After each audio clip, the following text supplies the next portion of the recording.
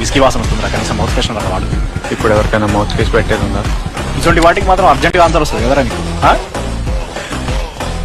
రేయ్, నువ్వేమనుకుంటున్నావు? ఆ రోజు డార్లింగ్ ఓపెన్ ద డోర్ కూడా తలుపు కొట్టకపోయింటే నీ పని అవుతుంది అనుకుంటున్నావా? అవుతుండే. అంత లేదు. అరే ఇద్దరు పిచ్చి పిచ్చి పనులు, జర కామ్ డౌన్ కారా. నీకు ఆ darling open the door card ఎట్లా తెలుసురా? నేనే కదా నా పేషెంట్ రిఫర్ చేసింది. ఆ బేబీ కన్నింగ్ పిల్లనే కదా. అవును. ఎట్లా స్టార్ట్ అవుతుంది ఇది? ఫ్రాక్చర్ అయింది రేడియస్ కి. ఆ పిల్ల రోజు హాస్పిటల్ కాల్ చేసి మా వానికి పప్పు పెట్టొచ్చా, చికెన్ పెట్టొచ్చా, ఏంద్రా ఏమన్నా జాండీస్ ఆ పప్పు చికెన్ డైట్ చెప్పడానికి. నాకు అర్థమైంది. నంబర్ ఇచ్చు. Direct direct.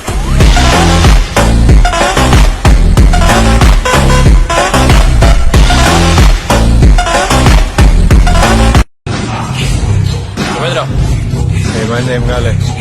ఈ బ్యాచిలర్ పార్టీలో మంది తాగద్దా? తాగరా, ఎంజాయ్.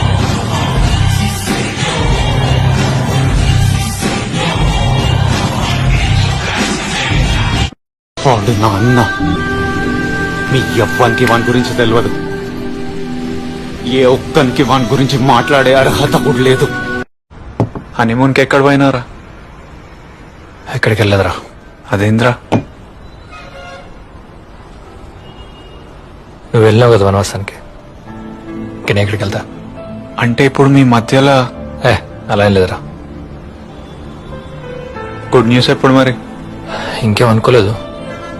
2 years లో ప్లాన్ చేద్దాం అనుకుంటున్నాం. ప్లాన్ చేస్తున్నావా? ప్లాన్ చేస్తారా ఎవరన్నా ఇవన్నీ? It has to happen. ఫ్లోలో అయిపోవాలి, అవుట్ ఆఫ్ లవ్.